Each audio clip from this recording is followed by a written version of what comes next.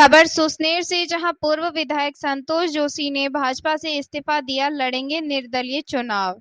सुसनेर निप्र विधानसभा क्षेत्र सुसनेर के पूर्व भाजपा विधायक संतोष जोशी ने 14 सितंबर दोपहर को विश्राम गृह सुसनेर पर एक पत्रकार वार्ता आयोजित कर अपने भाजपा से इस्तीफा देने की बात कही।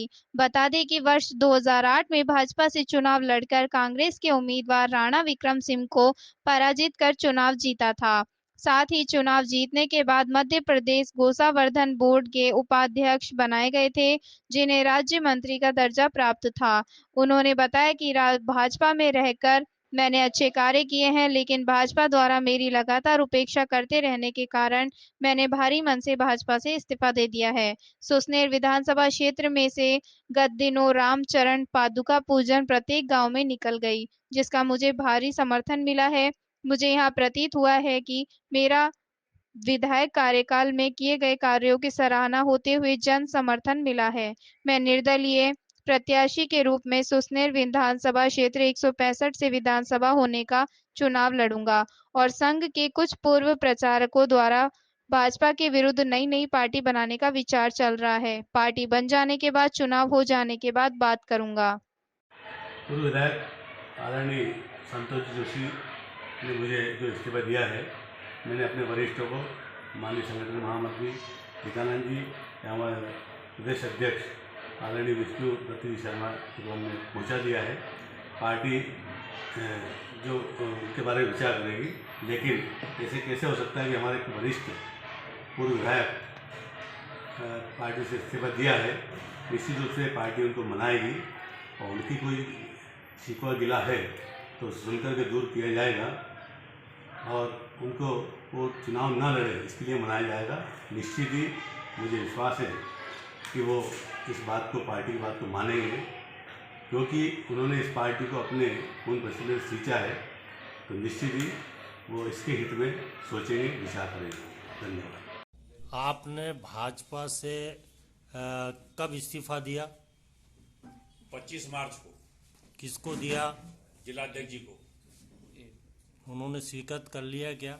ये उनका विषय है, मेरा काम देने का था, मैंने दे दिया। आपको प्रदेश कार्यालय में देना था भाई साहब, आप तो वरिष्ठ नेता हो, प्रदेश कार्यालय में मतलब जो इस्तीफा देगा तो विचार करते जिलाध्यक्ष। किसी मंडल अध्यक्ष को अगर हटाना है तो प्रदेश कार्यालय से जिलाध्यक्ष को ही पत्र आता है या फोन आता है कि मंडल अध्यक्ष को हटाओ, तो फिर मुझे जिलाध्यक्ष को इस्तीफा देने में क्या दिक्कत है? और जिलाध्यक्ष जी ने मेरा इस्तीफा प्रदेश कार्यालय को भेज चुके हैं, ये उन्होंने मुझे कह दिया है।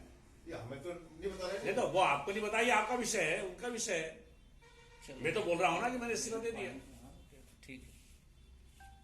आज आपने जो पत्रकार वार्ता ली है, क्या विषय है? क्यों मतलब क्या इस्तीफा दे दिया अपनी पार्टी से? मैंने भारतीय जनता पार्टी से इस्तीफा दे दिया है और उसके बहुत सारे कारण हैं। वर्तमान समय में सुसनेर क्षेत्र में एक उपभोग जैसा शब्द कह सकते हैं कि गांव हो, चाहे शहर हो, चाहे व्यक्ति हो, चाहे समाज हो, सब में एक निराशा का भाव है। और अभी मैं श्री रामचरण पादुका पूजन के माध्यम से गांव-गांव गया, तो चरण पादुका पूजन में जितनी श्रद्धा से गांव के लोगों ने भाग लिया, लेकिन उस गांव में, प्रत्येक गांव में कह सकता हूं कि 10-20 लोग ऐसे थे जो धीरे से मुझे कान में कहे जाते थे कि भाई साहब इस बार मत चुकना, हम परेशान हो गए, हमारी कोई सुनने वाला नहीं है। तो एक तरह से पूरे क्षेत्र में अराजकता का वातावरण निर्माण हो गया है। और अगर अच्छे लोग भी मौन हो जाएंगे तो अच्छी बात नहीं है। और चूंकि मैंने यहाँ पर नेतृत्व किया है और मेरे नेतृत्व अगर समाज को विश्वास है, इसलिए मैंने इस्तीफा देकर चुनाव लड़ने का तय किया है। क्या आप निर्दलीय चुनाव लड़ने जा रहे हैं या किसी पार्टी से? नहीं, मैं अभी वर्तमान में निर्दलीय ही चुनाव लड़ रहा हूँ। या तो चुनाव के बाद, विजय होने के बाद नई पार्टी बनाएंगे, या कुछ संघ के प्रचारक, पूर्व प्रचारक जो पार्टी बनाने की बात कर रहे हैं, उनसे बातचीत करेंगे, लेकिन वो बात का विषय है।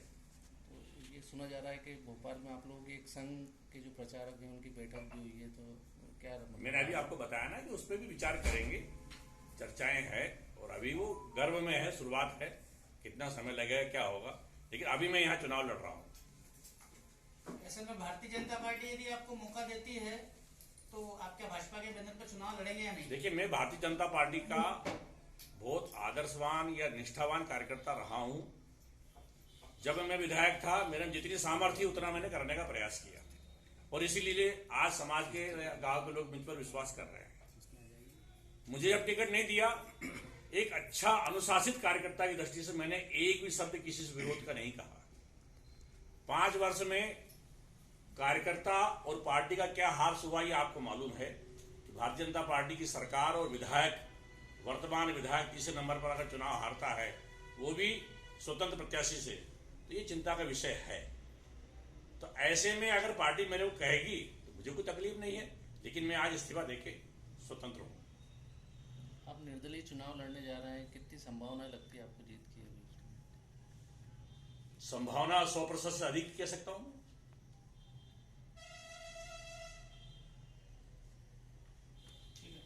किन मुद्दों पे चुनाव लड़ेंगे भाई साहब? दिमाग में कोई रूपरेखा है? मुद्दे इतने हैं हम 2-4 सामने रखें। जो मैं कह सकता हूं, अभी 2-3 बातें मैं आपको बता देता हूं कि एक तो इस क्षेत्र में संतरा बहुत होता है और संतरे के लिए मैंने प्रयास किया था, एक पूरे हिंदुस्तान की नहीं, एशिया की सबसे बड़ी नर्सरी के लिए देहरीपाल में लगभग 40 बीघा जमीन का मैंने अधिग्रहण करवाया था, उसका कुछ नहीं हुआ। तो जिस क्षेत्र में किसानों के बारे में कुछ सोच रहा है, तो सबसे बड़ा मुद्दा मेरे पास ये है। उद्योग के लिए मैंने यहाँ पर लालूखेड़ी में 90 हेक्टेयर जमीन, 450 बीघा अधिग्रहण आज भी है, वो यहाँ का युवा भटक रहा, उसके लिए कर रहा हूँ, कोई सुनने वाला नहीं है। और सबसे बड़ी बात यह है कि कीटखेड़ी बांध जब यहाँ बना था मेरे कार्यकाल में, 6 महीने में कीटखेड़ी बांध बनकर निर्माण भी हो गया, पानी भी रुक गया, मुआवजा भी हो गया, गांव का विस्थापित भी हो गया, लोग बस भी गए थे। और कुंडाला बांध के लिए लोग अभी भी भटक रहे हैं, 5 साल हो गए उसको। ऐसे बहुत सारे मुद्दे हैं।